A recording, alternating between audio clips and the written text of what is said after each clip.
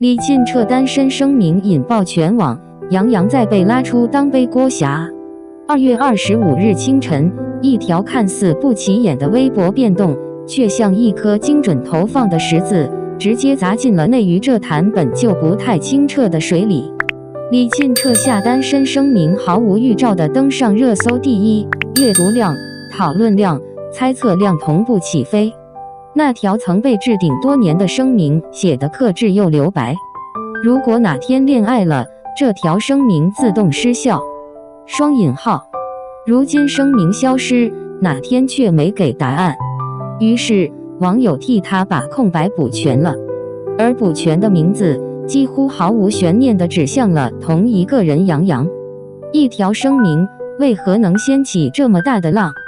说实话，娱乐圈每天都有艺人改简介、撤置顶、换头像，但李沁不一样，他的单身声明从来就不是一句普通的状态说明，而是一种公开、长期、持续的自我标注。它存在的意义不是告诉大家我单身，而是如果我不单身了，你们会第一时间知道。双引号。所以当这条声明悄无声息地消失时，网友的第一反应不是他删了，而是那是不是已经触发条件了？双引号。评论区迅速分裂成3派，一派写起了同人文，逻辑缜密到可以直接送去写剧本；一派开始冷静分析，撤声明和恋爱之间并非必然关系；还有一派只关心一个问题：为什么大家第一个想到的还是杨洋？双引号。李沁的回应温柔却不封口。风波发酵后，李沁很快出现在直播间。工作人员的解释很简单，他本人嘱托撤下，图个彩头，没有别的意思。双引号。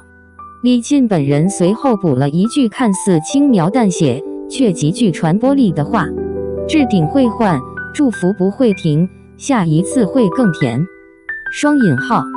这一句话确实让热搜慢慢降温，但也正是这一句，让原本只是猜测的事情开始变得暧昧可延展。因为他没有说与恋爱无关，也没有说大家别猜了，他只是把解释停在了一个既能止血又不完全关门的位置。为什么又是杨洋？问题的答案其实不在现在，而在过去。时间要拉回到2010年《红楼梦》剧组。那一年，李沁是昆曲出身，被称为独苗的新人演员。杨洋是军艺校草，外形、气质都带着少年特有的锋芒。3个月封闭训练，同吃同住，同排练同出宫。一个演薛宝钗，一个演贾宝玉。花絮里，他们搭肩、挽手、牵手、贴脸，毫不避讳。路人合影时，李沁会下意识把手挽向杨洋。采访时，杨洋会主动把话筒递到他面前。这些画面放在今天早就能剪出10板实锤合集，但在当年他们被统一归类为一句话：年纪小，关系好。双引号。那些被反复翻出来的旧糖，热搜之后，网友开始像考古队一样翻资料。杨洋生日当天发布少年生日快乐，与李沁2016年的祝福文案高度一致。两人前后脚晒出敦煌测颜照，背景、光影、角度高度相似。李沁曾转发过一条杨洋情话微博，被好友当场调侃：这话你对他说过吗？双引号。这些东西单拎出来都站不住脚，但当他们被放进同一个时间线里，就变成了为什么每次凑在一起都是他们？双引号。花开半夏之后，为什么反而更安静？红楼梦之后，两人再次合作花开半夏，依旧不是官方 CP， 依旧没有公开互动营业。也正是从那之后，他们在公众视野里的交集反而越来越少。有人说这是避嫌，也有人说这是各自发展。但奇妙的是，只要李沁出现任何情感相关的风吹草动，杨洋这个名字总会被第一时间点出来，像是一个被默认写在备选答案里的名字。网友的祝福比八卦更动人，在所有猜测与讨论之外，也有大量理性又温柔的声音出现。如果是真的，那就祝福。青梅竹马能走到现在，很难得。双引号。如果不是，也请放过他们。友情不该被反复审判。双引号。不管对象是谁，只希望李沁是开心的。双引号。他有权撤任何声明，也有权不解释。双引号。这些评论没有热度，但有重量。撤下一条声明，究竟意味着什么？它可以只是一个彩头，也可以是一种阶段性的告别，甚至只是他想把个人空间重新收回一点点。娱乐圈最残酷的地方在于，模糊往往比真相更容易被消费，而观众永远站在吃瓜第一线，明星却必须在聚光灯下生活。至于答案是什么，或许真的只有当事人知道。如果有一天他选择公开，那是他的选择；如果没有，那也不该成为一种欠解释。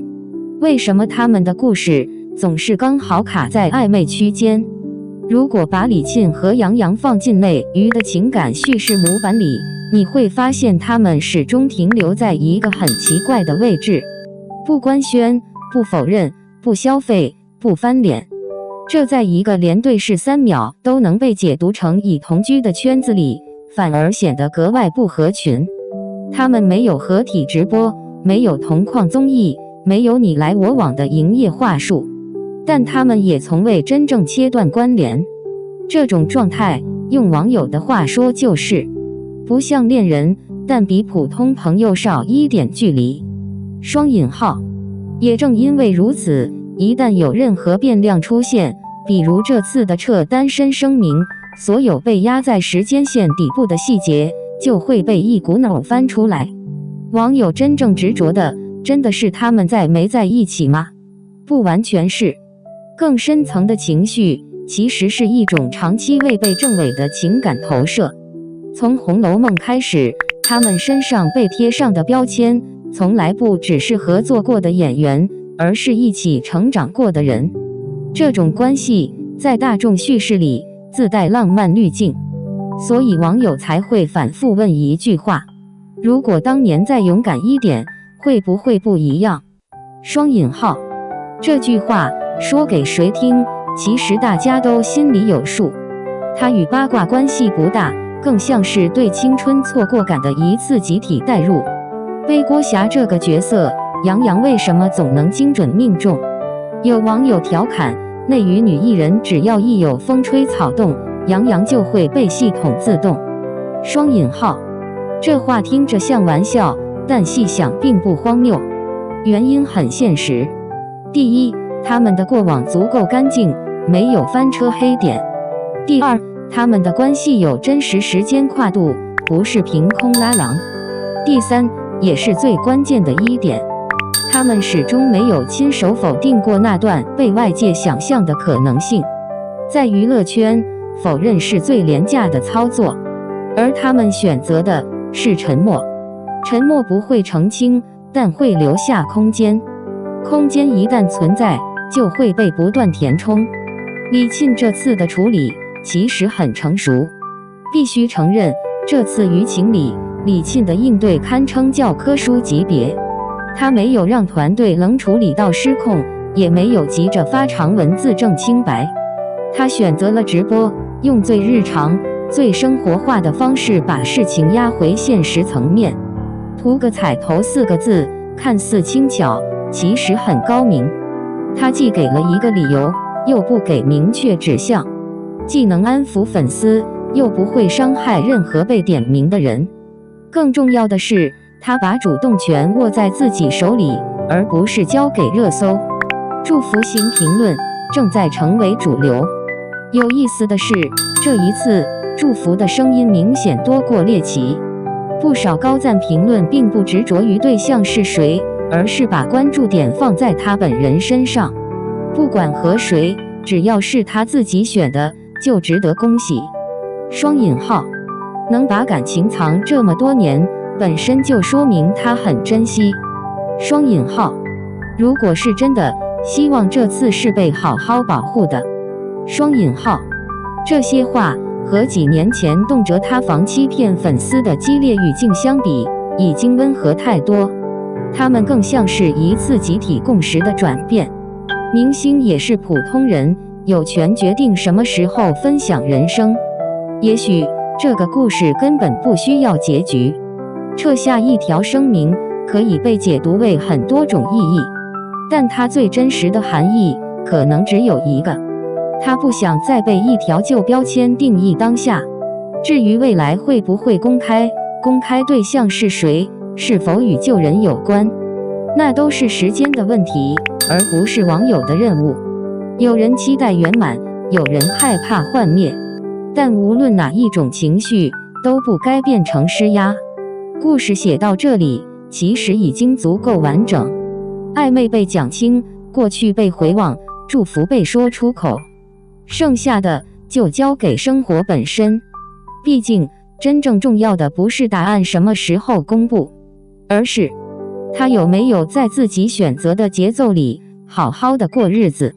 而这件事从来不需要热搜批准。